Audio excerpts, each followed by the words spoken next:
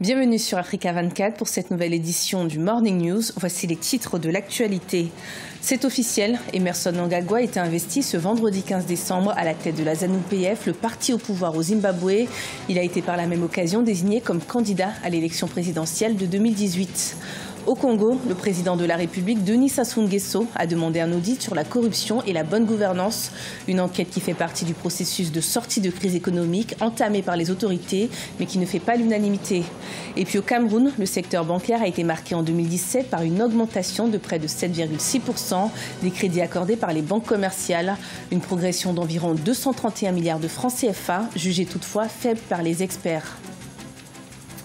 Au Zimbabwe, Emmerson Mnangagwa consolide son autorité et sa position de leader à l'occasion du congrès de la ZANU-PF qui s'est clôturé ce vendredi 15 décembre 2017. L'occasion également de présenter le nouveau président de la République et du parti comme futur candidat à l'élection présidentielle de 2018. Des explications avec Ibrahima Dioumaba. Au Zimbabwe, la page Robert Mugabe vient de se refermer. Vendredi 15 décembre 2017, le parti au pouvoir qu'il dirigeait a élu son remplaçant à la tête de l'État, Emmerson Mnangagwa, comme président lors d'un congrès extraordinaire à Harare. C'est devant plusieurs centaines de cadres du parti qu'Emmerson Mnangagwa a annoncé son ambition de changement de la ZANU-PF et du pays.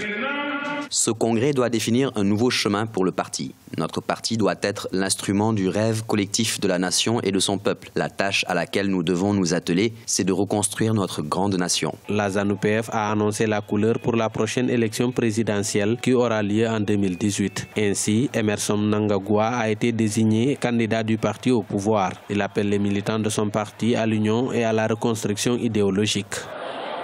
Les règles idéologiques du parti ont été bafouées quotidiennement. Sa mobilisation n'était plus que de la coercition. Ce n'était plus le parti auquel vous et moi avions promis fidélité. Nous devons tous revenir aux sources et réparer le parti. La ZANU-PF ne doit plus travailler dans son ancienne moule. Il s'agit maintenant de parler politique et économie. Emmerson Mnangagwa a été limogé de son poste de vice-président par l'ancien président Robert Mugabe. Une décision qui avait entraîné la fronde au sein du parti, convoitée à l'époque par l'ex-première dame Grace Mugabe.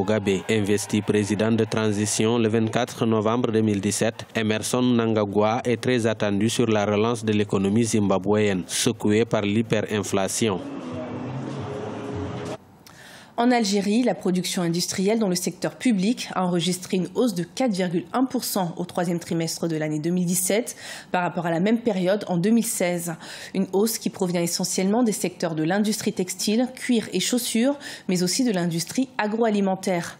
Le secteur de l'énergie, électricité et hydrocarbures a quant à lui enregistré une croissance de 10,5% entre juillet et fin septembre 2017.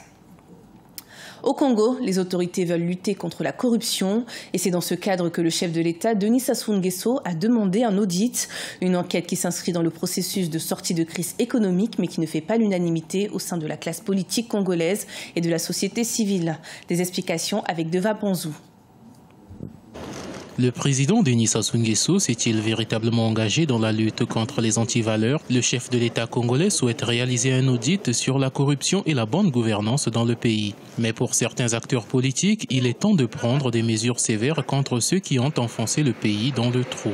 Et nous ne pouvons pas justement engager un processus de réforme de notre économie, de réforme structurelle, d'assainissement de nos finances publiques sans en connaître les causes. Cet audit est important pour nous permettre justement de comprendre ce qui s'est passé, de prendre des décisions, si possible des sanctions.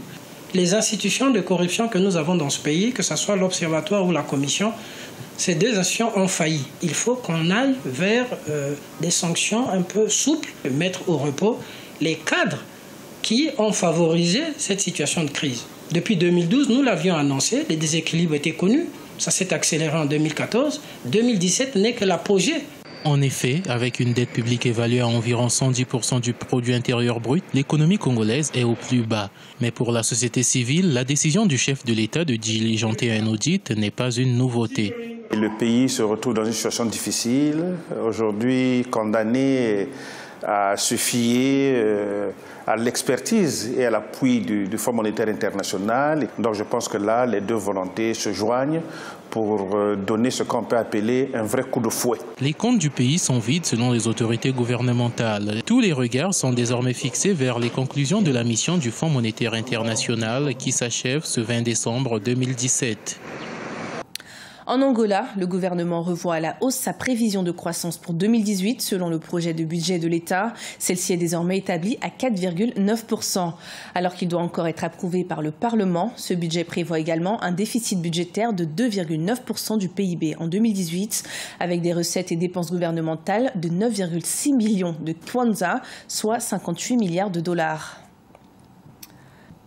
Au Cameroun, le secteur bancaire a été marqué en 2017 par une augmentation de près de 7,6% des crédits accordés par les banques commerciales, une progression qui représente environ 231 milliards de francs CFA de crédit, mais qui est jugée faible par les experts qui estiment qu'elle pourrait atteindre près de 10% en 2018.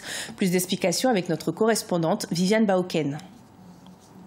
231 milliards de francs CFA, c'est l'encours global des crédits accordés par les banques commerciales camerounaises en 2017, soit une progression de 7,6%. Au regard des besoins de financement de l'économie camerounaise, une telle avancée sur 12 mois peut paraître faible selon les spécialistes.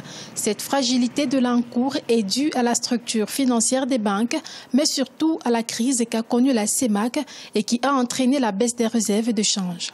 On a remarqué aujourd'hui que 70% des crédits accordés par les banques servent à financer des exportations, soit de manière directe, soit de manière indirecte. Ça veut dire que les investissements qui sont faits par les banques sont pour la plupart basés sur des produits ou alors sur des équipements importés.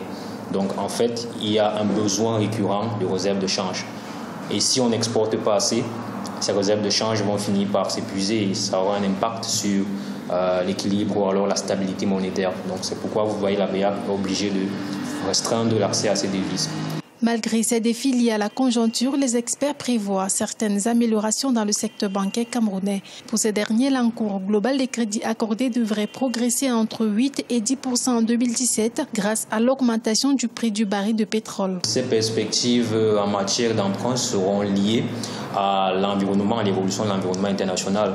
Vous savez, la plupart des observateurs aujourd'hui pensent que le baril de pétrole va augmenter l'année prochaine, notamment suite à l'accord de Vienne.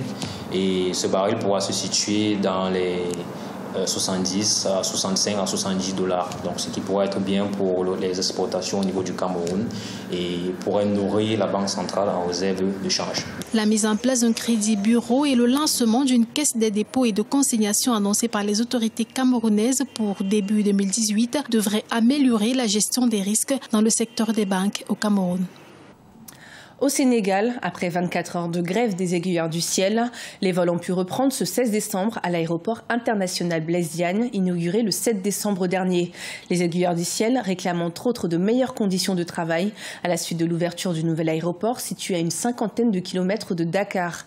Le secrétaire général du syndicat des aiguilleurs du ciel a annoncé qu'une rencontre sera organisée dans la semaine à venir avec le chef du gouvernement afin de mettre en place des solutions concrètes. Ce journal a été préparé par l'ensemble de la rédaction. Merci de nous avoir suivis. Retrouvez dans un instant une nouvelle édition de l'information sur Africa 24.